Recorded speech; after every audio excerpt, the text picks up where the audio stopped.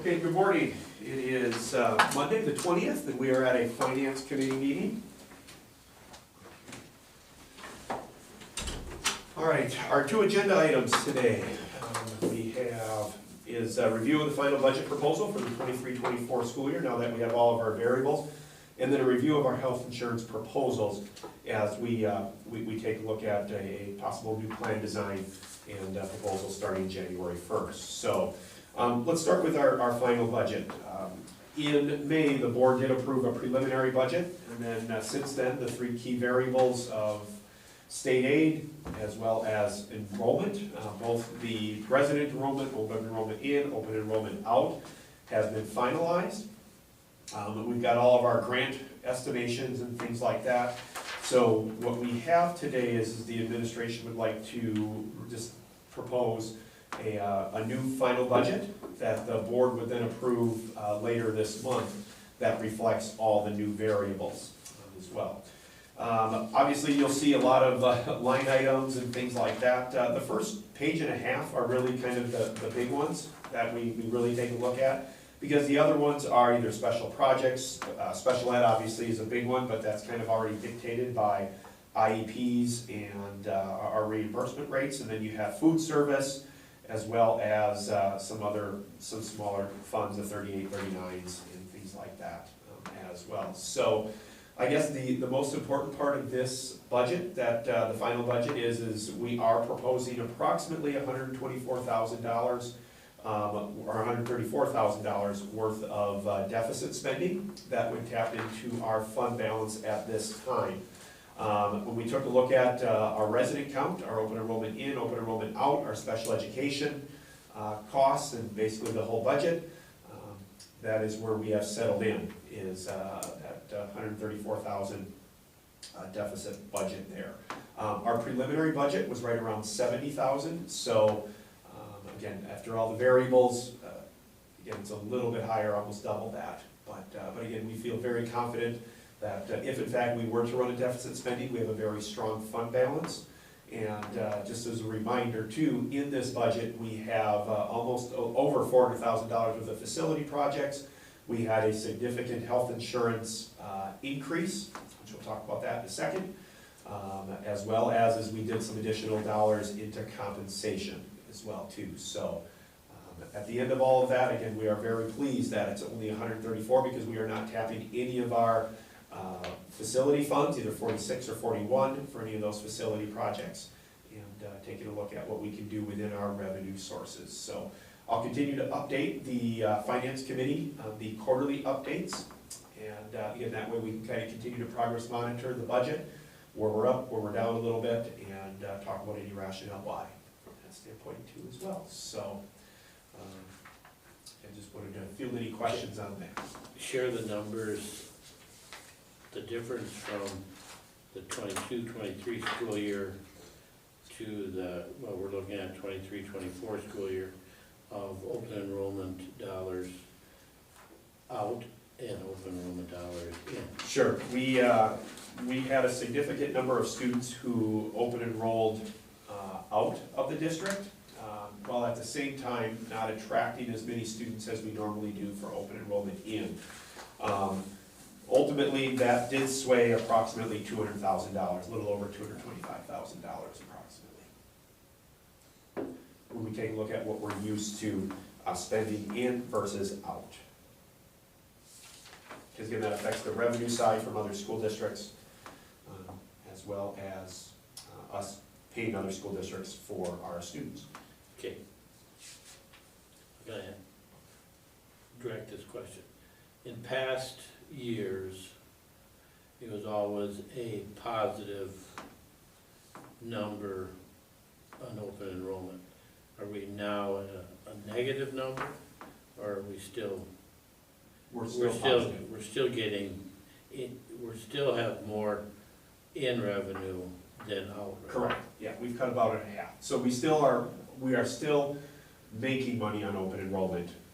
So just not as much. Okay. Just not as much. And when we created a preliminary budget in May, we anticipated about the same. Okay.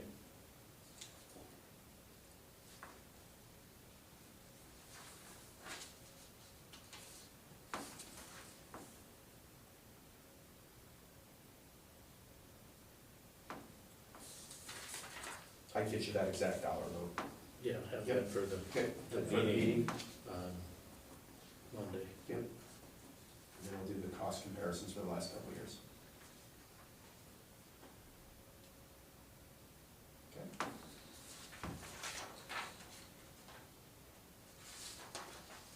And we already know that insurance costs are up, Is that our salaries next are up.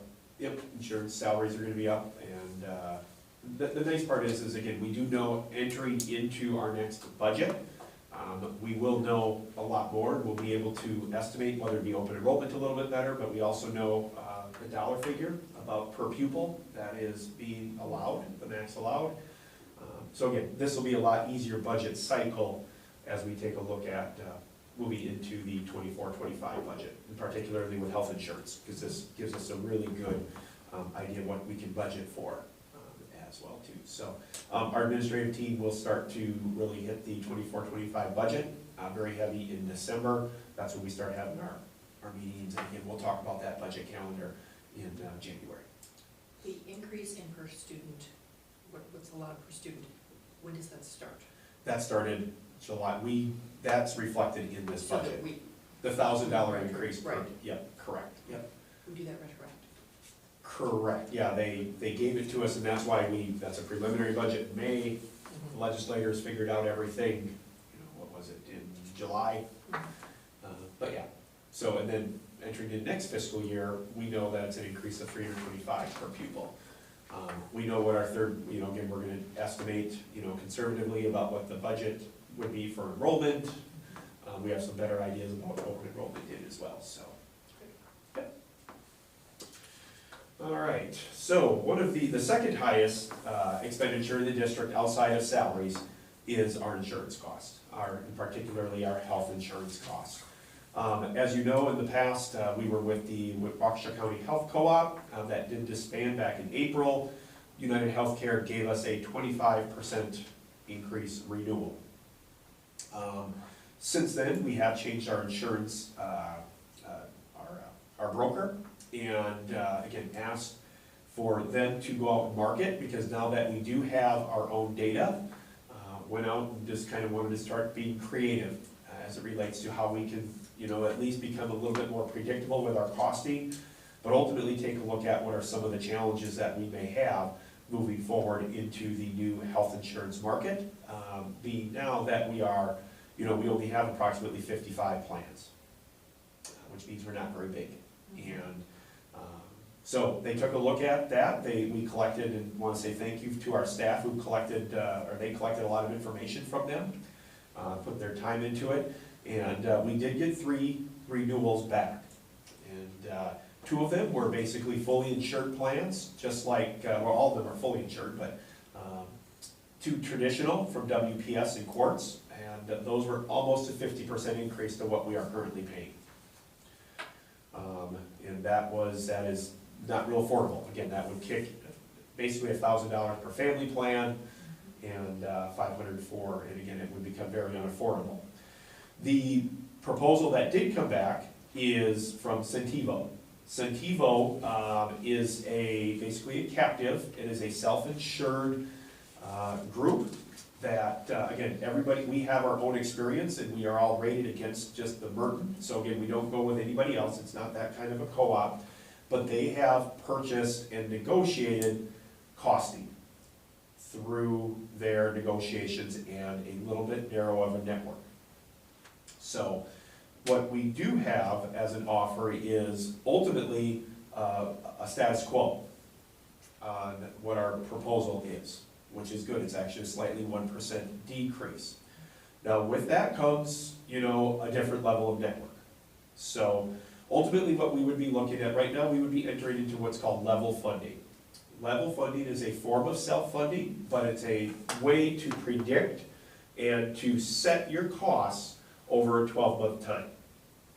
So for the next 12 months, Centivo has given us a family premium and a single premium that reflects a 25% increase over what they might predict to be from premiums versus actual spend. Okay, that is what we are capped out at. If it goes over that, the health insurance then, the health insurance company, then they would have to eat that, but then ultimately, the following year, it is reflected in your premium increase. Just like it would be if you were fully insured, right? But our max exposure is 25% over premiums versus actual claims. Again, our recommendation is to utilize that as our budget number. Now, with that budget number comes what they would call is their Centivo High Performance Health Plan. And that is Children's, Freighter, Pro Health, Ascension, Wisconsin Orthopedics. Centivo has negotiated what they feel is great prices, as well as they feel that they have great care. When we say great quality of care, is to take a look at reoccurrence of injuries, reoccurrence, going back to the doctors and things like that. Basically the biggest network that is not in that plan is Aurora. Centivo has been unable to negotiate what they would say fair pricing compared to the other networks. So that kind of comes down to is okay, do we just offer one network, or can we offer two networks where they have the opportunity to stay with your doctor from a Aurora standpoint? And the answer is yes. So the Insurance Center and Centivo are offering us two plan designs. One is that narrow network that was just described. The other one includes Aurora. And so what we would offer our employees, if they want to, they would have to buy up into that plan. Again, we have surveyed our staff. Approximately 75 to 80% of them said they would not purchase to stay with their doctor. But again, there is a percentage of our staff who will want to stay with their doctor, which they certainly can. It's just going to cost them a little bit more in premium contributions, as well as plan design. So there is an option for our staff. Again, we feel that as a district, we should offer one base plan, and if people want to buy up into it, they certainly can do that. Now, someone can also stay in the level plan, the high performance plan, and then still choose to go to a Aurora doctor. They certainly can. Then they are paying 100% out of pocket. It doesn't go to a deductible or anything else like that. So again, you can still have that choice, but they just would pay for it just like they would, you'd pay for the bill. The other nice part about the high performance health plan is it is a zero deductible plan. It is based around co-pays. So we do have a costing sheet that we would share, everybody, that I shared with the committee here, and we obviously share with our staff, is if you go to your primary care doctor, it is completely free. Compared to in the past, we had an HSA program where you had to pay up until the deductible. And it's free for any reason for going? Any reason for preventative primary, yeah, preventative, plus if you're like, hey, I got that sinus infection, I've got something going on, I want to talk to my primary care doctor, it is free, which is a great opportunity there. Also, in their plan is obviously we go to an RX plan. It is more of a copay plan. We've got 10, 35, and 70, for your tiered drugs. And then the 30% is on for specialty drugs, those ones you see on TV. Okay. Obviously, we would share all this information. We have a list of all the drug plans. We have a list of all the providers, and people can make their own informed decision on this. But the high performance plan, as a district, we feel is our best opportunity, A, to help control those costs with the pre-negotiated dollars, and also we feel a zero deductible plan or a $6,000 max out of pocket for a family, if you can ultimately, you have a max out of pocket, is very advantageous when we take a look at our staff. So, again, offering the Centivo plan as our base plan, which is a zero deductible. Obviously there's max out of pockets.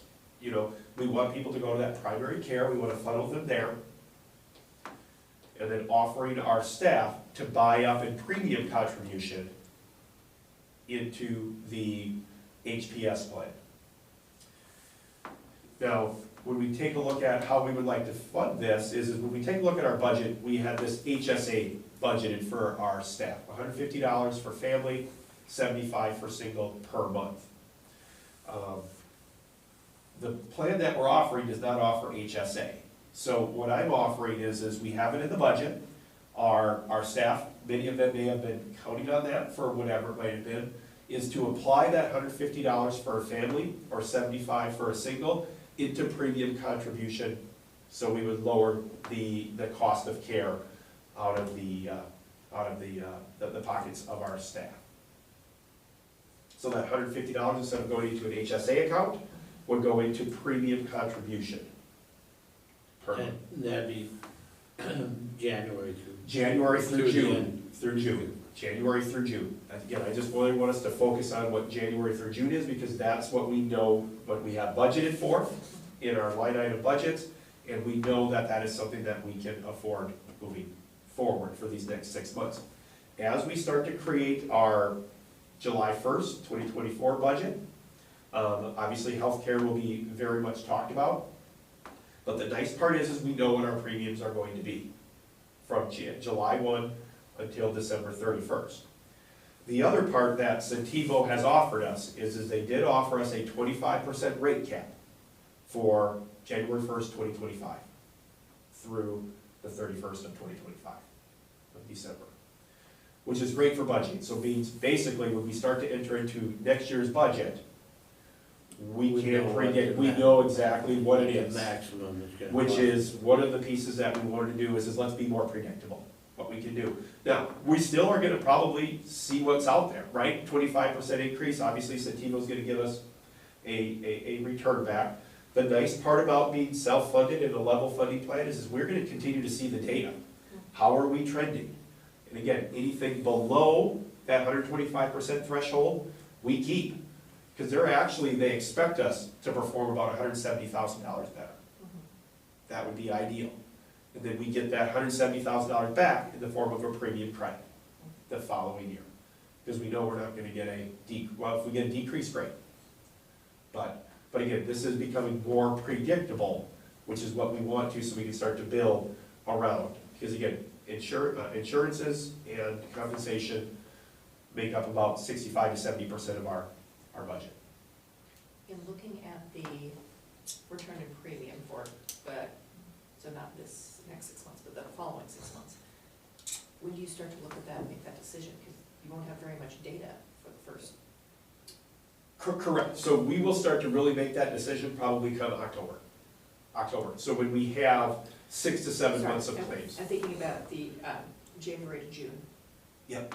Piece, then, so we won't be offering it starting in July. Well, I'm not quite sure. That's That's something. When do we start to look at that part? Oh, that's start to look at February, March. So Yeah. my point there being is we start to look at it, we have relatively little data for our health insurance for the year at that point. Correct, but what we will know is we'll see our enrollment, we'll know what kind of budget dollars we have, we'll have possibly a compensation proposal out there, because we know what CPI is right now, and again, I know as a district, we're taking a look at compensation, so we're gonna have all the variables.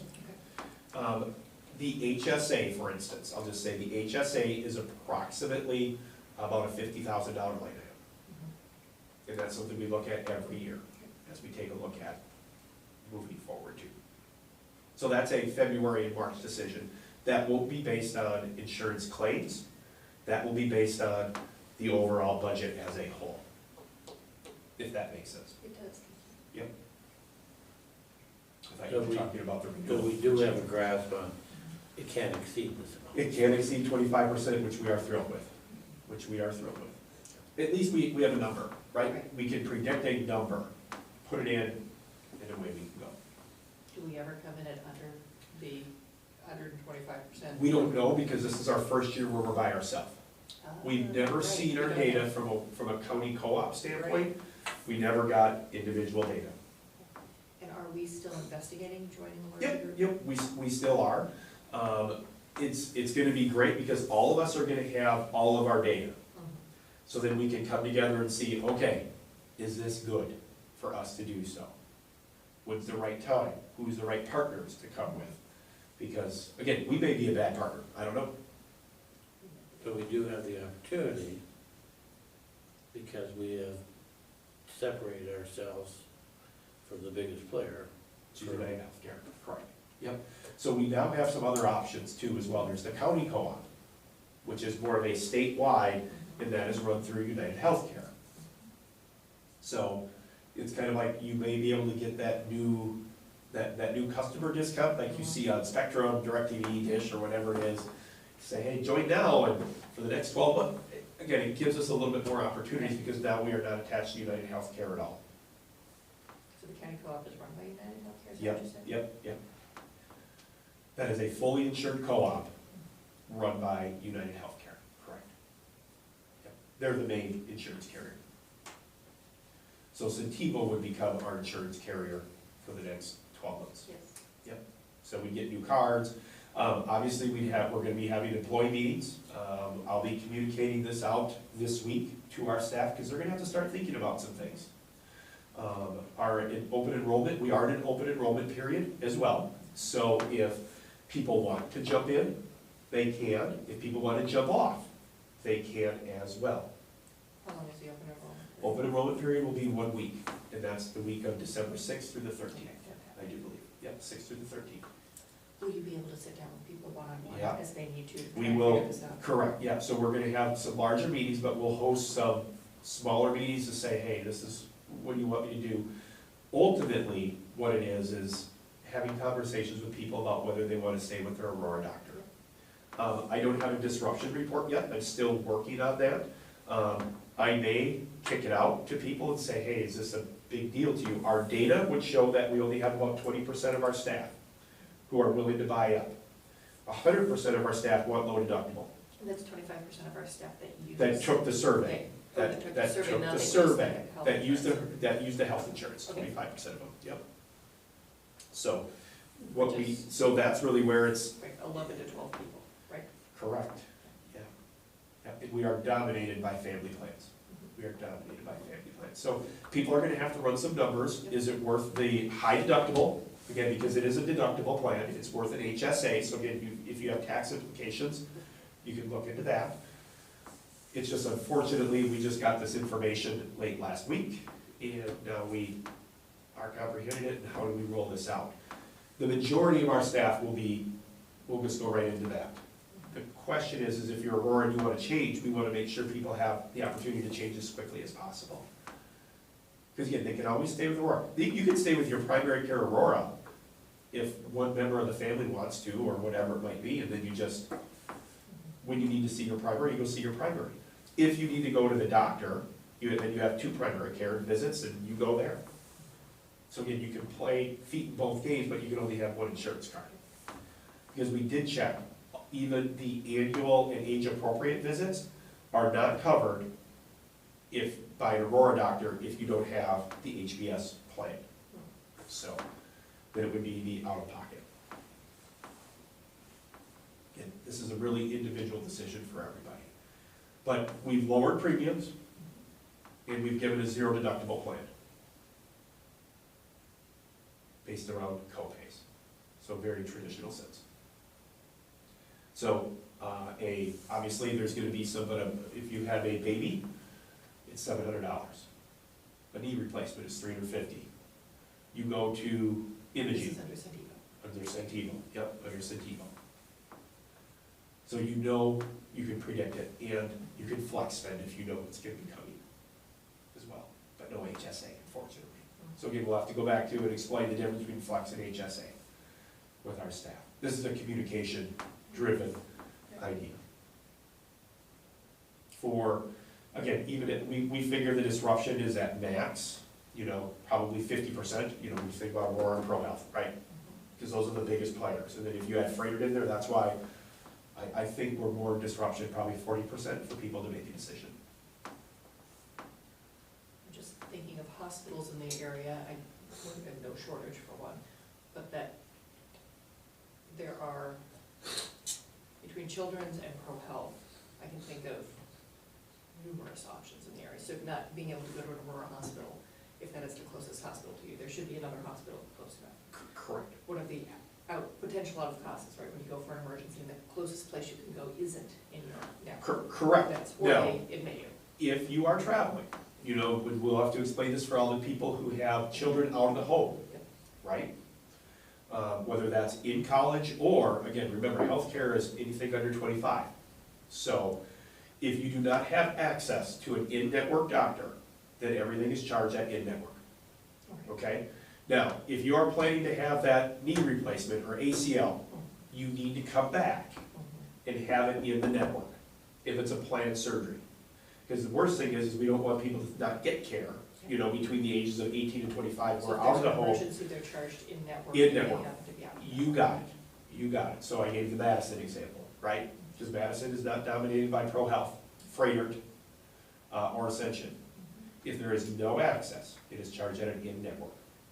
Now, if there's a ProHealth in Aurora, right next door, you need to make sure you educate your child or that spouse, you have to go to the ProHealth one. Because if not, if they're gonna say, hey, it was a mile away, sorry. Again, that's between that and the healthcare provider too, so. So there's some education, because we're used to, and for people who are like, I don't wanna worry about that, then HPS is the plan. HPS is the plan, because it operates the same as it does now. The exact same. We just aren't giving, it's more expensive, and we're not giving, obviously, anything into the HSA, because we're giving it to them in the form of a premium reduction.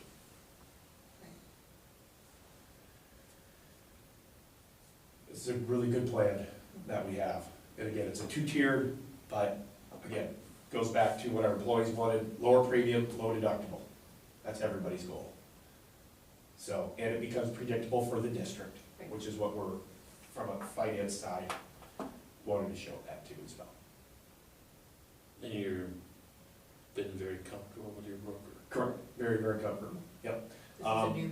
This is our new broker, the insurance center, yep. And what I can tell you is other feeder schools are moving to this too as well, because they got their insurance renewal rates, and we're like, no, just like we are. Because if we went to, kept with a traditional carrier, it was gonna go up 50%.